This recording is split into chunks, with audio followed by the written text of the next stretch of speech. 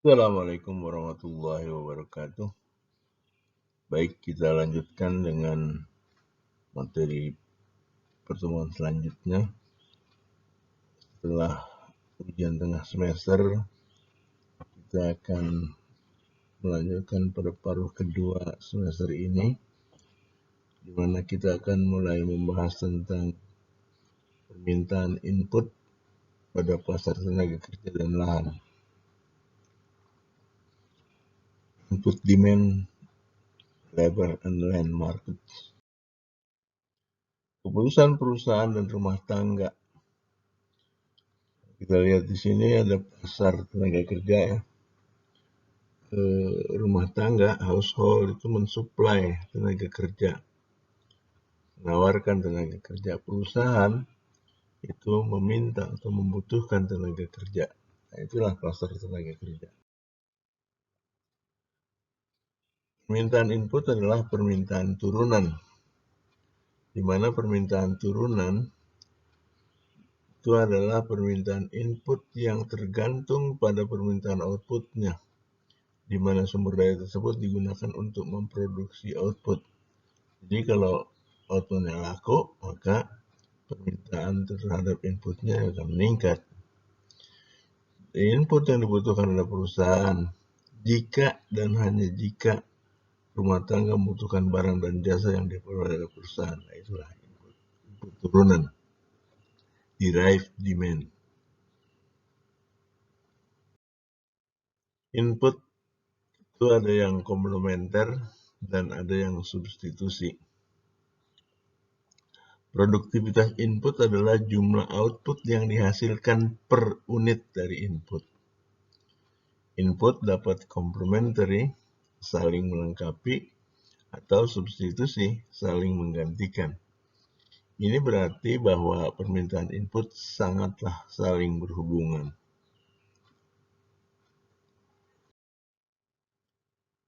Tambahan hasil yang semakin berkurang atau diminishing return.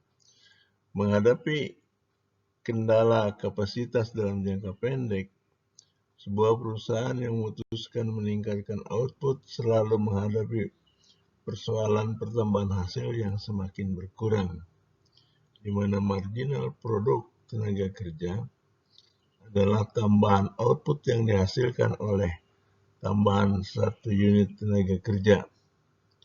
Itu kalau inputnya ditambah, maka marginal produk itu mengikuti hukum pertambahan hasil yang semakin berkurang. Mula-mula sih memang rendah, kemudian pertambahan hasilnya itu makin tinggi, kemudian pada suatu saat mencapai puncaknya lalu akan turun. Nah, itu yang kondisi yang diminishing return. Marginal produk penerimaan, nah ini konsep yang penting. Marginal revenue products. Marginal produk penerimaan adalah tambahan penerimaan yang diterima perusahaan dengan mempekerjakan tambahan satu unit input.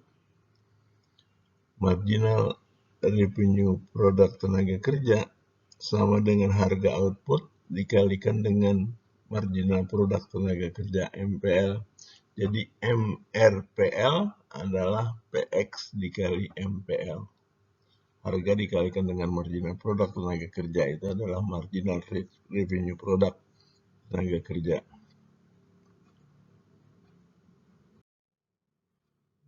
Ini satu contoh marginal revenue produk per jam dari tenaga kerja dalam memproduksi sandwich satu grill. Ini nomor kolom 1 itu adalah total unit tenaga kerja yang dipekerjakan, di kolom 2 adalah total produk yang dihasilkan, kolom 3 adalah marginal produk dari tenaga kerja MPL, 4 itu harga dari output dari sandwich, biasanya harga itu tetap, dan yang kelima itu adalah marginal revenue product, yaitu MPL kali PX per jam. Jadi ini bagaimana marginal produk penerimaan atau marginal revenue product itu dihitung. Pada kolom 1 ketika 0 ya 0 semua, masih 0 tak terhingga. ketika 0 ya 0 semua. Ketika 1 misalnya total produknya 10, maka marginal produknya 10 juga. Bagaimana itu? Yaitu 10 kurang 0 dibagi 1 kurang 0, 10. Kalau harganya 50 sen, maka marginal revenue produk itu adalah harga dikali marginal produk. Harga kali marginal produk itu 50 sen dikali 10, jadi 5 dolar itu marginal revenue produk. Terus kita lihat itu marginal revenue produk itu kan mula-mula rendah, kemudian naik, ya, kemudian naik capai maksimum, terus turun. Itu karena berlakunya diminishing return. Hukum pertambahan hasil yang semakin berkurang itu berlaku untuk marginal revenue produk. Kenapa? Karena marginal produknya itu mengikuti hukum pertambahan hasil yang semakin berkurang. Karena pengalihnya itu kan harga. Jadi kalau kita lihat di kolom 3, ini kan mula-mula 10, naik 15. Itu puncaknya 15. Terus turun lagi 10, 5, 2. Nah, karena harganya tetap, maka marginal revenue produk juga mengikuti pola seperti itu. Marginal revenue produk adalah harga dikali marginal produk.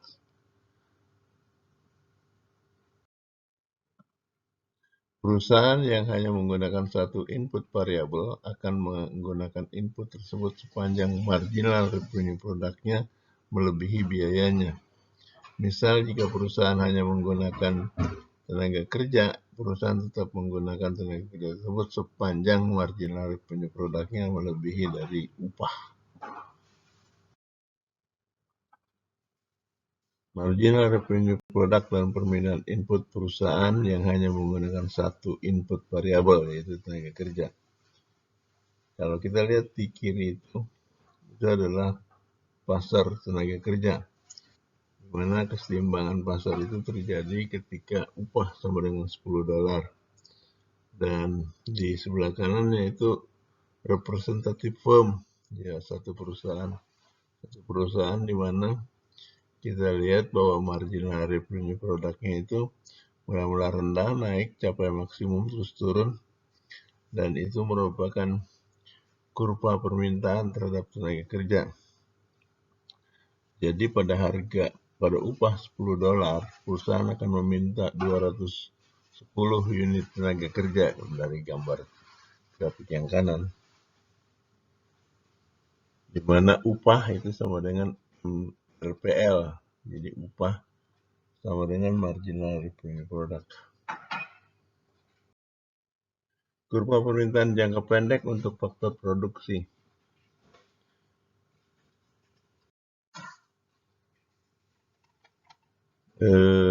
Membandingkan penerimaan marginal dan biaya marginal untuk memaksimumkan keuntungan. Berasumsi bahwa tenaga kerja hanya input variabel, jika masyarakat menilai suatu barang melebihi biaya untuk memproduksinya, tenaga kerja tersebut akan dipekerjakan. Barang akan diproduksi. Perusahaan menilai barang tersebut tercermin dari harga barang. Harga barang sama dengan nilai input tercermin dari biaya marginal. Itu penjelasan dari gambar tadi sebelumnya.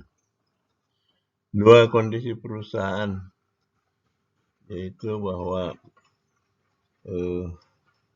perusahaan akan memaksimumkan keuntungan memenuhi proses pilihan yang sama, yaitu ketika upah sama dengan marginal revenue product dan ketika harga sama dengan marginal cost.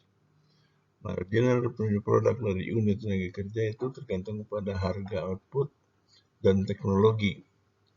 Marginal revenue dari suatu unit output itu akan menentukan harga output.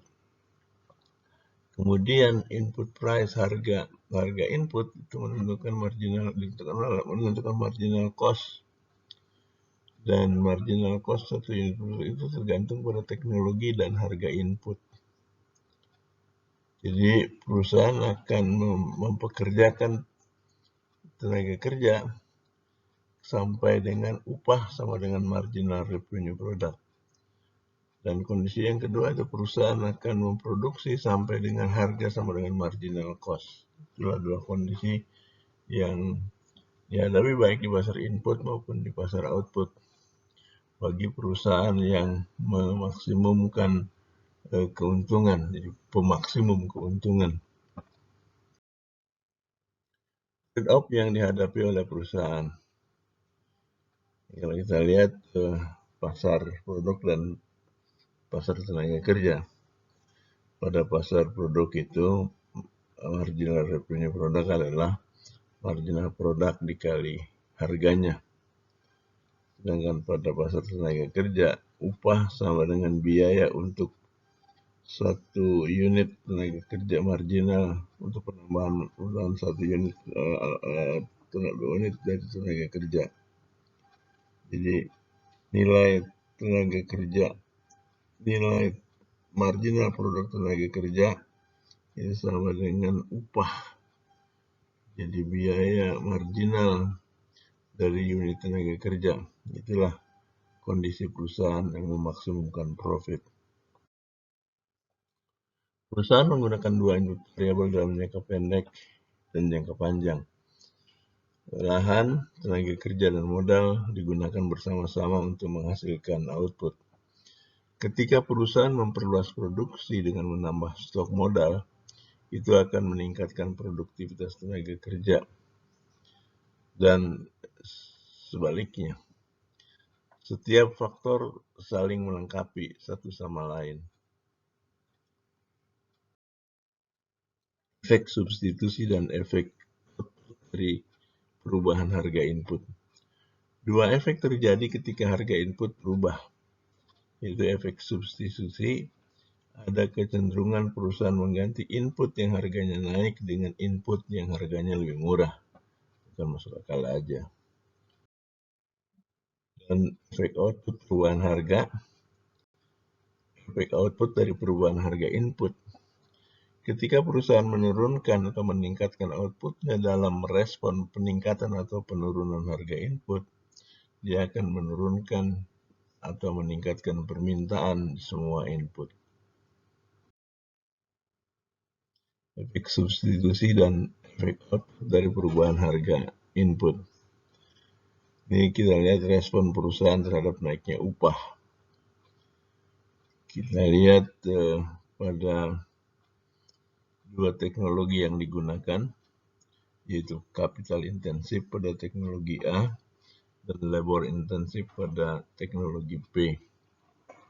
Kebutuhan input per unit output untuk teknologi A itu modalnya 10, tenaga kerja 5. Karena dia intensif, capital intensif, padat modal. Di B itu modalnya 3, tapi tenaga kerjanya 10. Nah, berapa biayanya jika upah tenaga kerja $1 dan biaya modal $1, maka kita lihat itu teknologi B yang akan kita pilih karena dia membutuhkan biaya yang lebih kecil. Tapi ketika upah tenaga kerjanya mahal, misalnya upah tenaga kerja jadi $2, sementara biaya modal tetap $1, maka kita akan pilih teknologi yang padat modal. Teknologi yang padat modal. Kenapa? Karena tenaga kerja mahal. Ketika PL sama dengan PK, metode padat karya dalam memproduksi jauh lebih murah. Nah, ini efek substitusi dan efek output dari perubahan harga input. Efek substitusi peningkatan upah bagi perusahaan yang memproduksi 100 unit output. Kita lihat itu biaya variabel atau biaya total biaya variabelnya kan kita lihat beda. di mana misalnya ketika upah sama dengan biaya modal, kita kan gunakan teknologi B kan. Biaya total modal yang dibutuhkan 300, sedangkan tenaga kerja 1000. Sehingga 1300 adalah biaya total variabelnya.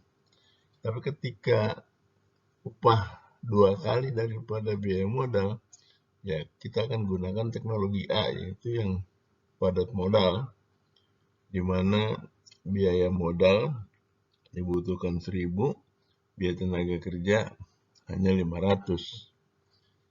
Tapi kan ini jadi 1500, 1300 dan 1500. Jadi 1500 ya, bukan 2000. Ketika upah tenaga kerja naik, perusahaan mengganti tenaga kerja dengan modal dan merubah dari teknik B menjadi teknik A. Pasar tenaga kerja. Jika pasar tenaga kerja kompetitif, upah pada pasar tersebut ditentukan oleh interaksi penawaran dan permintaan tenaga kerja. Perusahaan akan mempekerjakan tenaga kerja hanya jika nilai produknya melebihi upah tenaga kerja. Ini berlaku untuk semua kondisi pasar tenaga kerja yang kompetitif. Ya, kita lihat itu ketika upah sama dengan marginal revenue product, yaitu ketika upah sama dengan harga dikali marginal produknya. Itu berlaku di pasar tenaga kerja. Pasar lahan. Tidak seperti tenaga kerja dan modal, total supply lahan itu tetap. Jadi supply dari lahan itu, penawaran lahan itu inelastis sempurna. Artinya berapapun harga yang terjadi, jumlah yang ditawarkan tetap tidak berubah. Karena lahan nggak ada yang bisa buat. Nah, sementara harga itu akan ditentukan oleh permintaannya. Kalau permintaan kecil, maka juga harganya murah. Tapi kalau permintaannya banyak, besar, maka harga akan tinggi. Harga suatu barang yang suplainya tetap ditentukan oleh permintaannya. Jadi ini yang disebut dengan demand determined. Karena suplai lahan tetap, harganya ditentukan oleh rumah tangga dan perusahaan berapa dia berani membayarnya. Penerimaan setiap produksi yang suplainya tetap disebut dengan pure rente murni. Pasar lahan, suplai lahan dengan kualitas tertentu pada lokasi tertentu adalah benar-benar tetap. Suplai lahan dengan penggunaan tertentu bisa jadi tidak inelastik sempurna. Ketika lahan menjadi lebih bernilai bagi kegunaan tertentu, orang-orang bisa jadi berani membayar lebih untuk lahan tersebut. Sewa dan nilai produk yang dihasilkan oleh lahan. Sebuah perusahaan akan membayar dan menggunakan lahan sepanjang penerimaan dari menjual barang yang dihasilkan dari lahan tersebut cukup untuk menutup harga lahan tersebut. Perusahaan akan menggunakan lahan A sampai suatu titik di mana marginal revenue produk dari lahan sama dengan harga atau sewa lahannya. MRPA sama dengan PA. PA itu harga lahan, sewa lahan. Harga sewa lahan. Kondisi perusahaan pemaksimum keuntungan pada pasar input. Kondisi pemaksimum keuntungan pada perusahaan yang bersaing sempurna pada pasar input itu ditentukan oleh 3 hal. Yang pertama bahwa harga atau upah PL itu upah tenaga kerja sama dengan marginal revenue produk tenaga kerja atau MPL, marginal produk tenaga kerja dikali harga output. Sedangkan PK, harga atau biaya modal itu sama dengan MRPK, marginal revenue produk dari kapital. yaitu marginal produk dari kapital dikali harga output. Dan PA, sewa lahan, itu sama dengan marginal revenue produk lahan, yaitu sama dengan marginal produk lahan dikali harga output. Jadi di sini sangat ditentukan oleh marginal produk masing-masing dari inputnya. Di mana L itu tenaga kerja, A modal, A lahan, X output, dan PX harga output. Kondisi pemaksimal keuntungan pada pasar input bersaing sempurna bisa ditulis dengan cara lain. Misalnya MPL per PL, marginal produk tenaga kerja dibagi sewanya, upah tenaga kerja, sama dengan marginal produk modal dibagi dengan biaya modal, dan marginal produk lahan dibagi dengan sewa lahan, itu sama dengan 1 per PX, di mana PX adalah harga output. Dengan kata lain, produk marginal dari uang yang dibelanjakan untuk tenaga kerja harus sama dengan produk marginal yang dibelanjakan untuk modal, sama dengan produk marginal yang dibelanjakan untuk lahan. Jadi pada kondisi kesetimbangan seperti itu. Kurva permintaan input. Faktor-faktor yang menyebabkan kurva permintaan input bergeser, ini berubah. Suatu perubahan permintaan untuk output. Kalau permintaan terhadap outputnya berubah, maka permintaan terhadap inputnya juga akan berubah. Suatu perubahan jumlah input, komplementer atau substitusi. Nah, tergantung sifat dari inputnya, apakah komplementer atau substitusi. Perubahan harga input lain dan perubahan teknologi. Jadi itu 4 faktor yang menyebabkan kurva permintaan input bergeser. Geseran kurva permintaan input. Jika permintaan terhadap output meningkat, harga produk akan naik dan marginal revenue produknya juga meningkat, menyebabkan kurva MRP bergeser ke kanan. Kalau dia meningkat, bergeser ke kanan. Itu karena permintaan terhadap outputnya meningkat, sehingga harga meningkat, marginal revenue produknya akan bergeser ke kanan.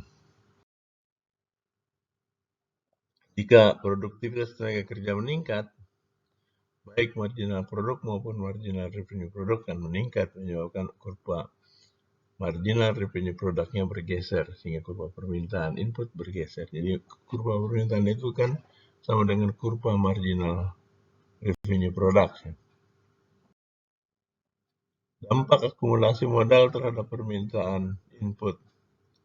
Kita lihat di kiri, di kurva kiri itu adalah pergeseran permintaan terhadap tenaga kerja, pasar tenaga kerja. Kemudian di kanan itu adalah kondisi permintaan tenaga kerja dari satu perusahaan representatif. Produksi dan penggunaan modal memperluas produktivitas tenaga kerja, dan normalnya meningkatkan permintaan tenaga kerja menyebabkan upah naik, karena demand-nya tenaga kerja itu bergeser ke kanan, maka upah naik dari 10 ke 15, sehingga marginal revenue produk dari tenaga kerja itu juga bergeser ke kanan pada perusahaan. Kalau yang di kiri kan itu pasar, pasar tenaga kerja. Kalau yang di kanan itu adalah representatif dari perusahaan. Jadi pada perusahaan itu marginal revenue produk, di pasar itu kurva permintaan pasar. Dampak perubahan teknologi. Perubahan teknologi merujuk pada pengenalan cara baru dalam produksi atau produk baru yang ditujukan untuk meningkatkan produktivitas input yang ada atau meningkatkan produk marginal. Perubahan teknologi dapat dan selalu mempunyai pengaruh yang kuat terhadap permintaan input. Ya, tadi kan ada itu memang pengaruh teknologi terhadap permintaan terhadap input. Perubahan teknologi merujuk pada perubahan input. Ini ulang. Alokasi sumber daya dan kombinasi output pada pasar bersaing. Kita sudah pelajari keputusan dasar pada pasar bersaing. Perusahaan harus memaksimumkan keuntungan. Perusahaan pemaksimum keuntungan harus melakukan baik pada pasar input maupun pasar output. Tadi kita lihat pada pasar input, upah sama dengan marginal revenue produk tenaga kerja, dan harga sama dengan marginal cost. Distribusi pendapatan antar rumah tangga ditentukan oleh produktivitas input yang diukur dari marginal revenue product. Ini merujuk pada teori produktivitas marginal dari distribusi pendapatan. Saya kira demikian materi pertemuan yang membahas tentang pasar input tenaga kerja dan lahan. Ini ada beberapa konsep dan terminologi yang saudara harus pahami. Demand determined price, derived demand, efek faktor substitusi, marginal produk tenaga kerja, dan sebagainya. Ini saudara perlu ulangi, pelajari, baca lagi di materi ini, temukan definisi-definisi tersebut. Saya kira ini durasinya agak lama. Sementara kita cukupkan sekian. Terima kasih. Assalamualaikum warahmatullahi wabarakatuh.